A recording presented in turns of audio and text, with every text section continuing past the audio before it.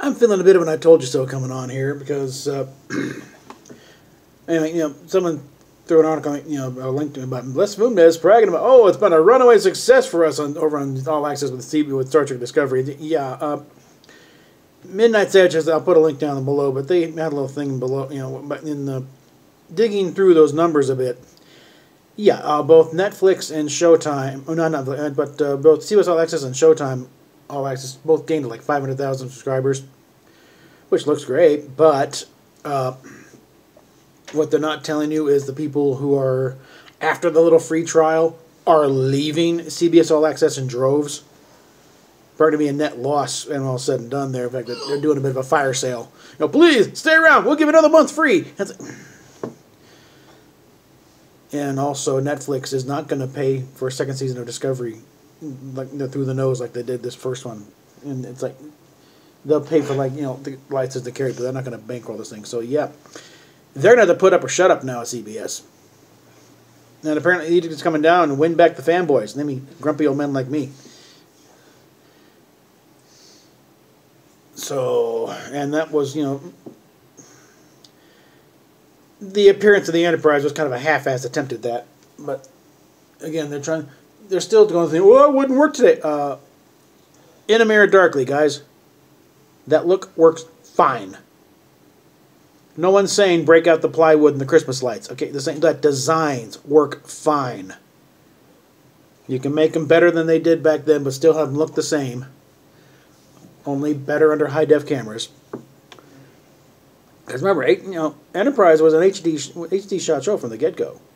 So yeah, they took into account. You had little stuff that you necessarily wouldn't have seen before. And actually stuff that was there, but wasn't on the original set, wasn't what you couldn't see before. Like some of the buttons, they're not just jelly. They had labeled. They were writing on the buttons. So you can pick up stuff on like that. And the graphics you could play with that. You put actual computer screens in there instead of just plexi with overlays and Christmas lights. You can do a lot of things. Hell, look what both James Cawley and Vic Mignogna did for fan films. You telling me CBS can't bankroll a better look on that than what these guys did in their spare time with their own money? They did a much better job than Discovery. So yeah, as far as we're not going to see another Star Trek Discovery episode probably until 2019 anyway. Which means they're directly competing with Game of Thrones, because that's when Game of Thrones comes back too. So good luck, guys. But yeah, my little open letter to Les Moonves. I know this is not your forte. You're not into sci-fi. I never explained to you that Star Wars was not the same as Star Trek. That was 20th Century Fox. That's their thing. They borrowed a bit, but then everybody borrows a bit, especially in that field. So bring in people who know what they're doing. Alex Kurtzman is not it, because his experience has been the same kind of revisionist reboot crap trap that has gotten used in the situation in the first place, where that. It's like, with the one with their spot in the campy. It's like the fans are not dying off. We're getting pissed off. We'll do your little dog and pony show for a while, but after a while, it's like, no, enough. Get back to what it's supposed to be. And quite frankly, it's very simple. Fire every executive producer on that show. Maybe keep around Rod Roddenberry a bit, and maybe Nick Myers. The rest of the other 11, gone. They clearly have no clue what they're doing, either from a science fiction perspective or even just writing. It's the old standard. Take any of those plots, put them in a real-world scenario. Would they still make sense? No. You put that in an actual war setting, and these people trying to pull the crap they did. No, if they survived, if the enemy didn't roll over laughing first by the idiocy of their scheme, they'd have been lined up and court-martialed as morons. And it's just the tactics. The enemies are just as idiotic too.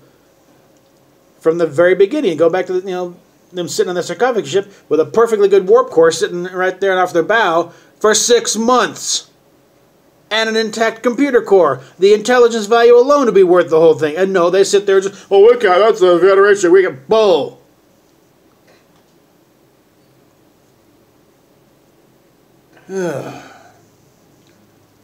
You need to get writers in there who know what the hell they're talking about. And the big thing is, it's not just science fiction writers, because we got idiots in sci-fi field just like every other field. And it's like, one thing that the original show had is you had writers with real-world experience and producers. You know, almost every one of them in the production end of Star Trek was a veteran of some sort, either in the World War II or Gene Kunz in Korea. Roddenberry's in the Army. Roddenberry and Jeffries both the Army Air Corps. Justman was in the Navy. Yeah. Gene Kuhn was in the Marines. These are people who just knew innately how the military worked, what things you can do, what things you can get away with, and what things just are idiotic. You know, some things that just should be automatic. You know, like security measures and certain things that wouldn't fly. Because so many of these problems could have been solved with a pencil slash and just a quick rewrite. The first time we saw competent security was in the Mirror universe, and even then, just barely. But they're getting so caught up on the gee whiz, let's do holograms and stuff like that, and they forget you're supposed to be doing a prequel. Again, first rule of prequel: don't screw up the show you're being a prequel to. And they have screwed up 6 ways from Tuesday. And I'm sorry, be patient. It'll line up soon. It ain't lining up. So like I said, that ain't the Enterprise, guys, and we know it. We know that ship inward and outward. Literally, I've been doing deck plans for about 10 years on that stupid ship. Other people are doing the same thing. So no, all the executive producers gone, with the possible exception of Rod Roddenberry and maybe Nick Meyer, just because he knows how to tell a story. It's debatable how much of a Star Trek fan he actually is by this point. I think maybe you can convert by now. But everyone else, gone. They are so out of their depth it's not even funny. And the art department, I don't know if I'd fire everybody, because they're cut the old excuse they're only following orders. And I get the impression from John East Post that he knows better. This is not what he would do if he was left to his own devices, but this is what they ordered. Great big ding ship with a gigantic glowing target saying, "Shoot me." With no shields until the very last moment, and really, so much of this stuff is just, suddenly it's convenient for the thing that have shields, but no, before that, phase is going right on through. Oh, and why weren't there, explosive decompressions going there with the bolts right through the hull, Do they even have a scientific advisor on this show? I'm sure Andrea Bormanis is available, or if not, any number of people. I think Neil deGrasse Tyson might, be chimed in once or twice. He's a hardcore Star Trek fan. He'd love to do the job. But yeah, put Doug Drexler in charge of the art department. That one change alone would be a world of difference. And Edict to Season 2, make it line up. And since you've already got all this infrastructure built up, tell the other production houses to go pound sand. Okay? Make this a CBS only production. So you don't have to do a stupid little licensing thing with Bad Robot and whatever else. And tell JJ to go pound sand along with them. It's the worst thing to happen to Star Trek since Fred Freiberger. Not a sponsor, by the way, but I'd like him to be. Of course, we got to get that 1,000 subscribers first. So, but that's about it, guys. It's just not hard to figure out, but it seems impossible to figure out these front offices and these studio nitwits. Like last week, they were managing a paperclip department. Now they're suddenly head of the studio. Okay. How about we stick some Aztecs in there?